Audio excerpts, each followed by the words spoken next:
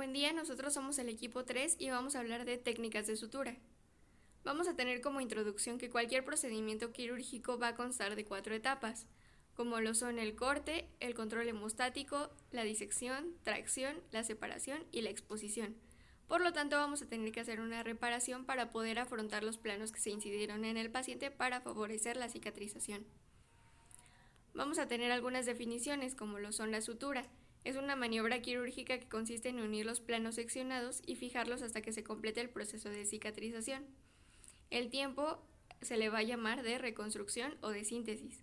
Los materiales de sutura son un producto sanitario utilizado para favorecer la cicatrización de los tejidos mediante la aproximación de sus bordes con el fin de mantenerlos unidos y disminuir la tensión que hay entre ellos. Algunas características de los materiales de sutura van a ser las siguientes. La primera, no tiene que provocar respuesta tisular, debido a que los de origen animal, como el catgut, provocan una mayor reacción hística en el organismo y es desfavorable cuando hay algún proceso de infección o de inflamación. Vamos a tener que tienen que ser resistentes a la tracción a las que se les va a someter, debido a que la resistencia aumenta al aumentar el calibre o depende del material del que sean las suturas, como por ejemplo el acero, el alambre o el titanio son demasiado resistentes. También tiene que ser estéril sin perder sus características de base. Además de que tienen que tener un costo accesible para que puedan ser utilizadas y tienen que ser de fácil manejo. Algunos materiales son difíciles de manejar o se necesita algún entrenamiento previo, como son las grapas, el acero o algunas suturas como el nylon tienen memoria. Entonces, por lo tanto, no son tan fáciles de manejar. Vamos a clasificar a los materiales de sutura en naturales y sintéticos. Los naturales son animal, vegetal y mineral. De origen animal, como lo son la seda y el catgut, tienen riqueza proteica y por lo tanto van a provocar una reacción hística exagerada, además de que en Europa han sido dejados de utilizar por provocar encefalopatía bovina. De origen vegetal, como lo son el lino y el algodón, y de origen mineral, como son el ácido inoxidable, plata, titanio y alambre. Su principal uso va a ser en marcapasos, placas y tornillos de estabilización ortopédica y grapas en procedimientos endoscópicos y de mínima invasión. Vamos a tener los de origen sintético como lo son el nylon, el polietileno y el ácido poliglicólico, utilizados para mejorar a las suturas naturales, permitiéndoles una mayor flexibilidad, resistencia y capacidad de ser reabsorbidas en un promedio de 3 a 6 meses. Vamos a poder clasificarlas según su naturaleza en trenzadas o multifilamentosas y en monofilamentosas. Las primeras van a tener una mayor resistencia a la tensión, mayor flexibilidad y menor resistencia a la fricción. Las desventajas es que van a tener una mayor contaminación de sus hebras y un aumento de la reacción hística, por lo que son más gruesas. Algunos ejemplos son la seda, el catgut, el ácido poliglicólico, etc. Y las monofilamentosas, que van a tener mayor resistencia y baja contaminación, como lo son el nylon, el polipropileno, el polietileno, el titanio, etc. Y según su duración, si son absorbibles y no absorbibles. Las absorbibles van a tener que ser degradadas por acción de enzimas proteolíticas producidas por los lisosomas del huésped y se van a degradar, por ejemplo, el catgut en 5 a 7 días. Y los de origen sintético, como lo son la poliglactina, el ácido poliglicólico, el poligliconato, etc., van a ser reabsorbidos por hidrólisis, al ser penetrados por el agua corporal y romper su cadena de polímeros. Este fenómeno va a minimizar la respuesta hística. Y las no absorbibles, que no pueden ser digeridas ni hidrolizadas y van a perder su fuerza tensil hasta que haya una reparación tisular. Su uso generalmente es para cierre de la fascia abdominal y los sintéticos como el nylon y el polipropileno son ideales para sutura de vasos sanguíneos y prótesis valvular. Vamos a hablar un poco del calibre de las suturas.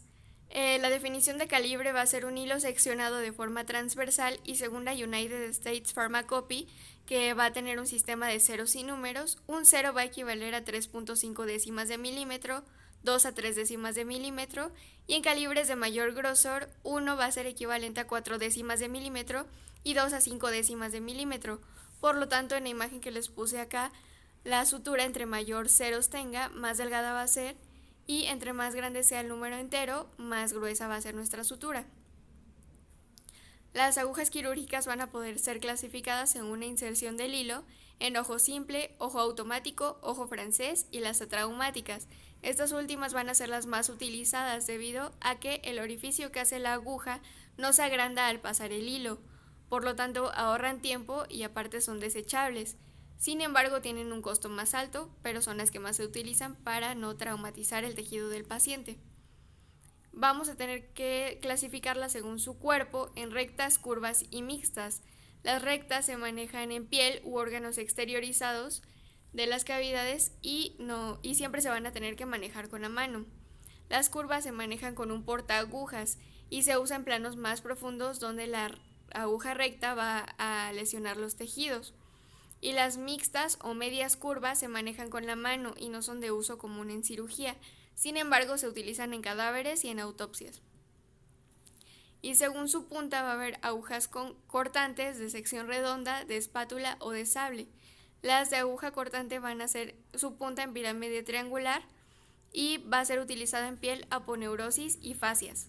Y de sección redonda van a ser de punta cónica y van a ser en tejidos delicados como en peritoneo, pared intestinal y de vasos sanguíneos.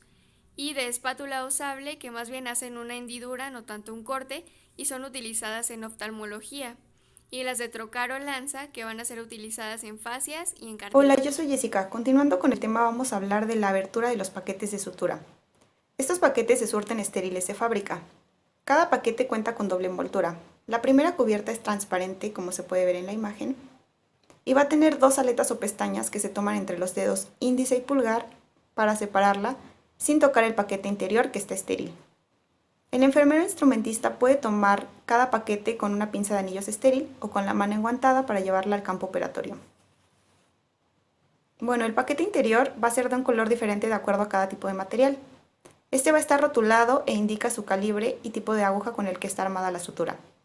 En la imagen podemos apreciar que se trata de una sutura de nylon de 4 ceros, que está armada con una aguja de 3/8 de círculo y tiene una longitud de 75 centímetros. Vamos a ver que cada sutura va a tener una línea punteada, como se percibe en esta imagen, la cual indica de dónde se debe rasgar el paquete por simple torsión. La sutura viene doblada varias veces sobre un fragmento de plástico o de cartón y dentro hay indicaciones para saber qué extremo jalar para extender el hilo. La técnica de operación determinará si es necesario cortar la hebra y en qué longitud. Vamos a hablar de los instrumentos de sutura. Como ya había comentado mi compañera Katia, existen dos tipos de agujas, las agujas curvas y las agujas rectas. Las agujas rectas se toman siempre con la mano y no necesitan de un instrumento para su manejo. Las agujas curvas se manejan siempre con el portaagujas. El portaagujas es un instrumento parecido a una pinza hemostática recta, con un bocado más ancho y más plano. El más utilizado es el portaagujas de Mayo. Este se va a tomar con los dedos pulgar y anular y con el índice para dar soporte. Ahora vamos a hablar de los tipos y técnicas de sutura.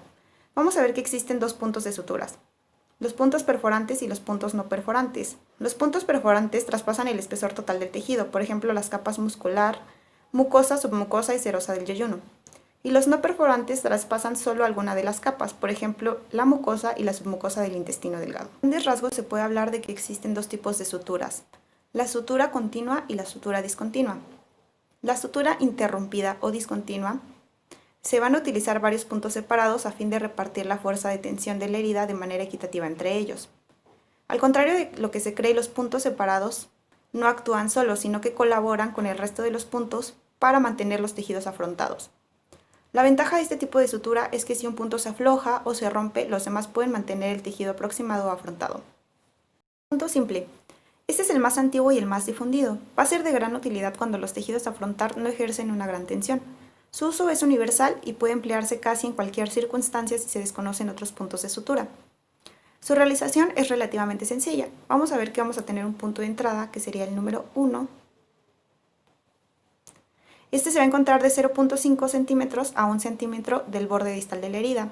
Y un punto de salida, que igual va a estar a 0.5 centímetros a 1 centímetro del borde proximal de la herida. Se van a encontrar uno enfrente del otro y al finalizar se van a unidar con la mano o con el instrumento, empleando varios nudos cuadrados. Punto en X. Su trazo corresponde al de 2 puntos simples. Su característica principal es que posee una gran resistencia. Este puede ser empleado para suturar vainas aponeuróticas o tejidos sometidos a una gran tensión. Para realizarlo, el punto de entrada, que sería el número 1, se encuentra de 0.5 centímetros a 1 centímetro del borde distal de la herida. Este va a pasar por debajo de la piel y va a salir en el borde proximal a la misma distancia, que sería el número 2, para entrar de nuevo en el borde distal de 0.5 a 1 centímetros alejado del punto de entrada y rematar saliendo en el número 4, que sería el punto de salida. Igual de 0.5 centímetros a 1 centímetro del borde distal de la herida, donde va a ser anudado ya sea con la mano o con el instrumento. Punto en U, también llamado punto de colchonero horizontal. Este se va a realizar de la siguiente manera. El punto de entrada, que sería el número 1, se va a encontrar de 0.5 centímetros a 1 centímetro del borde distal de la herida y va a salir en el número 2 a la misma distancia, de 0.5 centímetros a 1 centímetro del borde proximal de la herida. El siguiente movimiento será entrar por el mismo borde proximal, que sería el número 3. Igual a una distancia de 0.5 a 1 centímetro del punto número 2, para por fin salir en el punto número 4 y de ahí ser anudado con la mano o con el instrumento. Este es un punto de sutura evaginante y evitará los bordes del tejido afrontado, dándoles una mayor resistencia. Punto de Sarnoff. También recibe el nombre de punto de colchonero vertical. El trazo va a comenzar en el sitio de entrada, que sería el número 1. Igual, de 0.5 centímetros a 1 centímetro del borde distal de la herida. Va a pasar por debajo de la piel y salir en el número 2, de 0.5 centímetros a 1 centímetro del borde proximal de la herida, para después volver a entrar por el borde proximal a 1 milímetro del borde proximal de la herida y salir a 1 milímetro del borde distal de la herida. Este es un punto evertido evaginante de gran resistencia. Se emplea para suturar sitios donde la herida estará sometida a gran tensión, por ejemplo la pared abdominal cuando el paciente tose o hace alguna maniobra que aumente la presión intraabdominal. Vamos a hablar ahora de las suturas continuas o también llamadas surgete. Estas van a permitir realizar la reparación de las heridas con mayor velocidad. Bien realizadas e indicadas pueden ser tan efectivas como la técnica de sutura interrumpida. Su desventaja sería que si se anuda de manera deficiente, tendrá dehiscencia de la totalidad de la longitud de la herida. Dentro de este tipo de suturas tenemos el punto surgete continuo. Este va a ser una progresión de puntos simples, tantos como la longitud de herida haga necesarios. A continuación vamos a ver una imagen. Este va a iniciar con un punto de entrada, que sería el número 1, entre 0.5 centímetros a 1 centímetro del borde distal de la herida, para salir justo enfrente a la misma distancia, que sería el número 2. Después este se va a anudar y la diferencia con el punto simple es que no se van a cortar las dos hebras de hilo, sino solo la hebra pequeña, y se va a dejar aquella más larga junto con la aguja para continuar avanzando entre 0.5 centímetros y 1 centímetro sobre la herida desde arriba hasta abajo hasta llegar al borde inferior. Ahora vamos a hablar del surgete anclado. Este va a ser similar al surgete continuo, con la variable de que cada punto antes de ser sujetado con firmeza es entrelazado con su propia hebra para impedir que se afloje, como se puede ver en la imagen. Ahora vamos a hablar del surgete subdérmico. Este tipo de sutura permite el cierre de heridas de la piel con agradables resultados estéticos. Consiste en ubicarse en el extremo superior de la lesión a una distancia entre 0.5 centímetros a 1 centímetro y penetrar en el interior de la herida. Una vez adentro, sin haber anudado, la hebra se produce a tomar por dentro del borde distal de la herida, justo por debajo de la epidermis y avanzar hacia el extremo inferior en la secuencia distal proximal, cuantas veces sea necesario para salir de la herida en su extremo. Como se muestra en la imagen, este punto se realiza por debajo de la dermis y tiene una secuencia de distal, proximal, distal, proximal, distal, proximal, hasta llegar al borde inferior de la herida. La línea de sutura no se ve y el resultado es agradable a la vista.